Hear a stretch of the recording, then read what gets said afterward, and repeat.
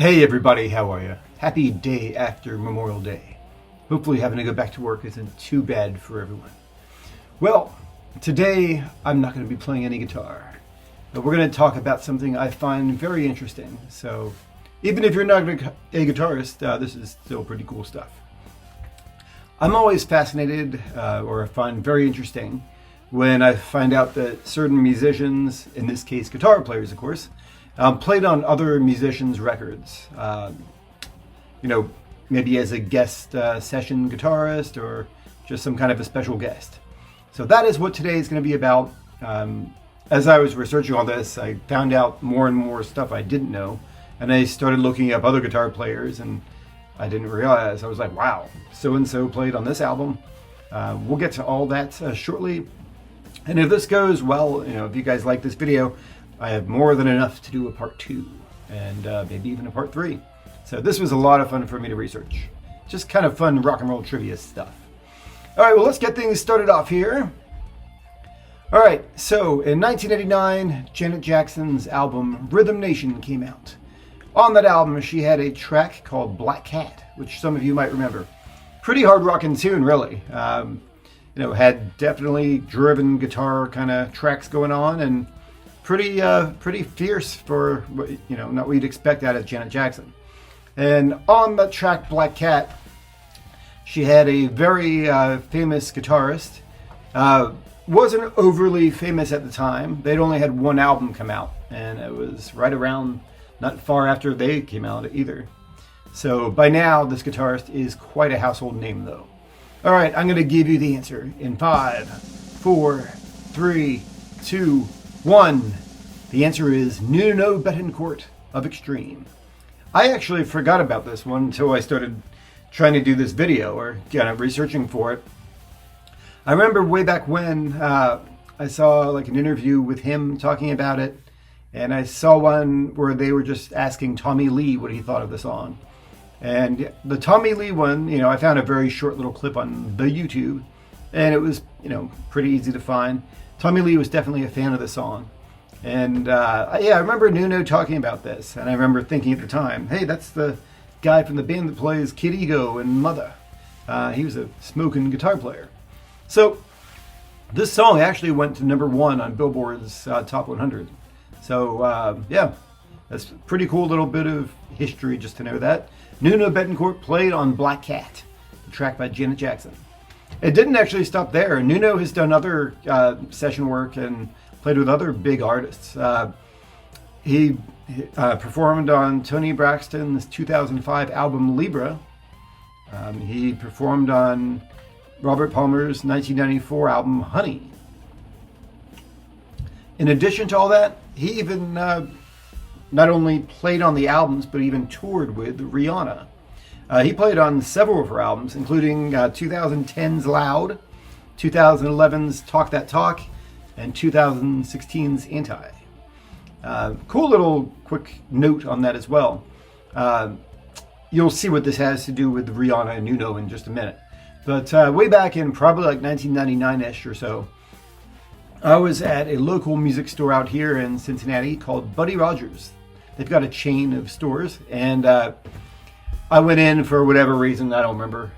I was in the Buddy Rogers store, and I heard this dude killing it on guitar, shredding. He was not even plugged in. I couldn't believe it. He was so clean, I could hear the articulation of every note. He was crushing it. So I had to know what was going on, and walked around the corner, found him playing, and it's this young looking dude. I think he was 18 at the time. I was probably 22, maybe. I don't know. I don't feel like doing the math right now. But I guess I could. But I'm not gonna. So I, just started talking to him, and really cool, humble dude, amazing guitar player. And he was playing all this stuff by Jason Becker and Marty Friedman and Greg Howe and all this awesome stuff, and I could not believe it. I was like, whoa. I said, who are you, dude? And his name is Adam Ross. So he found out that I had some CDs that he definitely wanted. It was actually Guitar on the Edge. If you don't know what that is, look it up. Some amazing guitar players who are, many of them are now household names, like Guthrie Govan. All these guys are on there. But I would actually just make him copies of those CDs, and he was happy with that as payment. So that's pretty cool. I learned a lot of great stuff from him. Because of Adam Ross, I got a black heavy metal Strat. He kind of introduced me to getting a home, recording unit. At the time, it was the Roland VS840, I think it was called. And it really taught me a lot of great things. And this was after I'd already gone to guitar school. So I definitely knew I needed to absorb some of his teachings. What does this have to do with Nuno Bettencourt and Rihanna? Well, a few years later, he actually got a gig touring with Rihanna, and he's toured with her multiple times. And if you actually go to the YouTube and type in American Idol Rihanna Rockstar, you will see him in the video. In fact, here he is, right here. I'll just go ahead and put the picture in there. So that's pretty awesome. He got to perform with Nuno Bettencourt on stage. I guess they toured for a little while together. She had twin guitar gods holding down the guitar section in her band. It's pretty awesome. So let's kind of move on here. All right, time for our next one. I guess in general, a trivia question is considered easy when you already know the answer, right? That's real easy in hindsight to say something's easy. But, not everyone's going to know this. I guess there was a time where I didn't know the answer to this next one either. So what's that next one? Who played guitar on the 1983 David Bowie track, Let's Dance? All right, we'll just go right to the answer. 5, 4, 3, 2, 1. Stevie Ray Vaughan is the answer. So how did this happen? Well, David Bowie saw Stevie Ray Vaughan performing at the 1982 Montreux Jazz Festival in Switzerland. He was so blown away by him that he knew he had to get him to play some tracks on his upcoming album, Let's Dance. The guy who produced the album was actually none other than Nile Rodgers, and he definitely helped make this happen. He certainly encouraged Bowie on bringing in Stevie Ray Vaughan. The recording happened at the Power Station Studios in New York. That's where Stevie Ray Vaughan played on the following tracks: Let's Dance, China Girl, Modern Love, Without You, and Cat People, Putting Out Fire. Stevie he almost ended up touring with Bowie for that album, but he was not able to in the end. So the guitarist Earl Slick ended up taking the gig. Okay, let's move on. Michael Jackson time. Beat It. I can't imagine not knowing this one already, but I guess there's a time where I didn't know this. So, who played the guitar solo, the legendary guitar solo on Michael Jackson's Beat It? The answer in 5, 4, 3, 2, 1. Eddie Van Halen, of course. How did this happen? Well, Quincy Jones, the legendary Quincy Jones, was already producing Thriller in 1982. And he asked Eddie if he could play something on the album, and apparently Eddie thought it was a prank at first. Once he realized it was for real, though, he offered to do it for free. He just wanted to do them a favor, and he didn't even tell the rest of Van Halen. And that became the iconic guitar solo to this day. Apparently Eddie's not even credited on the album, and he did not get paid. Eddie didn't care. He did it just for fun. Honey Badger don't care. So a few more tracks and artists that Eddie has played on, apart from Michael Jackson and obviously apart from Van Halen. He did an album with Brian May and friends called Starfleet Project back in 1983. I still remember actually my first guitar teacher, Jeff Martin, telling me that Eddie had done some kind of a blues album, and he mentioned with Brian May from Queen. And I realized a few years later that was actually what this is. So yeah, Starfleet Project, 1983.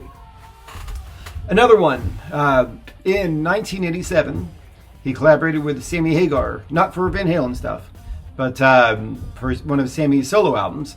He played bass guitar throughout the whole album, and he even contributed guitar parts, especially on Eagles Fly. So that album was I Never Say Goodbye, 1987 album. Another one was Mr. Roger Waters. Eddie actually added to the guitar track Lost Boys Calling. So that was 1999 when that came out. Roger Waters, The Legend of 1900 is what it's called. This one surprised me. I did not know this until just a few days ago. Remember LL Cool J? Well, he had an album in 2013 called Authentic, and Eddie actually performed on 2 of the tracks, We're the Greatest and Not Leaving You Tonight. He actually co-wrote and co-produced those, so that was pretty interesting. All right, time for our next one, and this is probably one of the top 3 biggest names when it comes to guitarists that are known for studio work outside their own band. And it's not Michael Landau. That will be for another video. But anyway, I think I hear a cat meowing. Yep, I hear a cat meowing. Hey, Caesar, want to be in a video, bud? Come here. There are so many hints I could give you as to who this is, and I'll bet you, just by what I've said so far, some of you already figured it out. But I'll go ahead and give some hints. Whose guitar do you hear in the 1985 film Dune? Hey, Caesar. He definitely wants to be in this video. All right, how about the guitar solo on Kenny Loggins' I'm Free, Heaven Helps the Man from Footloose? How about, all right, come here. This is Caesar, the one you've heard meowing. Say hi, Caesar. He is a good boy. All right. He finally got his YouTube fame moment. So, where was I? Oh, yeah. The 1991 film featuring Bette Midler. Her music in the movie was called For the Boys. All right, I'll just go ahead and tell you. We'll do a countdown thing again because that's like super dramatic, isn't it? 5, 4, 3, 2, 1. All right, the answer is Steve Lukather from Toto. I'm sure most of you probably know who that is, but if you don't, Toto is the band that did Africa. I'm sure we all know that song, along with many other great hits they've had. Okay, so I remember when I used to work at a pharmaceutical company, and one day the music came on overhead for the 1986 song Somewhere Out There by Linda Ronstadt and James Ingram. It's from the cartoon animated movie called An American Tale. I actually never did see the movie, but I certainly remember the song from being a kid. And when it got to the guitar solo, I knew right away. I heard that style, I heard the way he played notes, and it's just like a fingerprint. You know, you're born with it. I knew right away that was Steve Lukather. I had to look it up, and man, was I right. So it's just kind of fun to hear stuff that, just various pop hits, and you might recognize the guitar playing of somebody. Other stuff he's played on, Let's Get Physical by Olivia Newton-John. Of course, it's really just called Physical. He played on 2 Donna Summer albums, 1980's The Wanderer and the 1982 just self-titled Donna Summer album. Other artists, Richard Marx. He played on his 1989 Repeat Offender album. Let's talk about Thriller again. So, as we covered, Eddie Van Halen played the guitar solo on Beat It. But as for the riffs, rhythm guitar, all the other stuff that's a guitar that wasn't Eddie on that track, on Beat It, that was Steve Lukather. So that's quite a awesome guitar duo, isn't it? Eddie and Steve. It's pretty intense. So a few other artists he's performed on the albums with. By the way, he's been on over 1,500 albums. That's all kinds of stuff all across the map. Rock, soundtracks, R&B, you name it, he's probably done it. So, so he's worked with Cher, Aretha Franklin, Lionel Richie, Earth, Wind & Fire, Joni Mitchell, and I could just do a whole video on just Steve, but that's enough of him for right now. Okay, our next guitarist is one of the top 5, maybe even top 3 most famous legends of rock guitar ever. When I say that, who comes to mind? I'm going to just go ahead and give you who I think of. When I think of the top 5 most influential guitar gods, not in any particular order, but Jimi Hendrix, Jimmy Page, Eddie Van Halen, I don't know, maybe Steve Vai, David Gilmour. There's others I could throw in there. Stevie Ray Vaughan, that's 6 already, isn't it? Well, it's one of those 6 I just mentioned, actually. And I'll just go ahead and, I'll give you the track first. I'm going to see if maybe you can guess. Probably not. All right. Back in 1965, Tom Jones had an album, and on that album he had the track It's Not Unusual. So the question is, who played the guitar solo on this track? And this is actually before this guitarist formed his supergroup, by the way. So here it comes. 5, 4, 3, 2, 1. The answer is Jimmy Page. Jimmy was, back then, he was a studio musician, session player, just trying to make ends meet. And that's how he ended up on this. Just, it was another job for him. So I didn't know that until, I don't know, a few months ago. But I thought that was pretty cool. In fact, that might have been a bit of what prompted me to make this whole video. Anyway, yeah, Jimmy's, he's done plenty of studio work as well. All right, time for the next one. I consider this, again, an easy one, but I guess there was a time where I didn't know this either.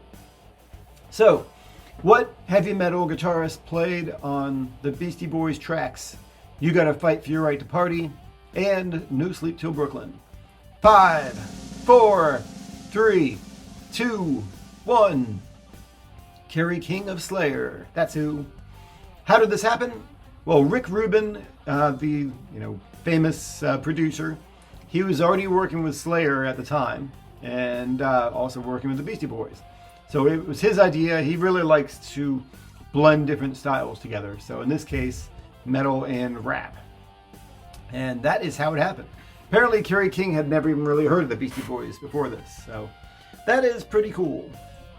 All right, that was a lot of fun for me to do all this. And let's see, if you like this, please give me a like, thumbs up, whatever you want to call it. Leave a comment if there's any stuff you know of. Some ones I left out. Clearly there's a ton more, and I can't wait to share some of those and make a part 2 of this if there's enough interest.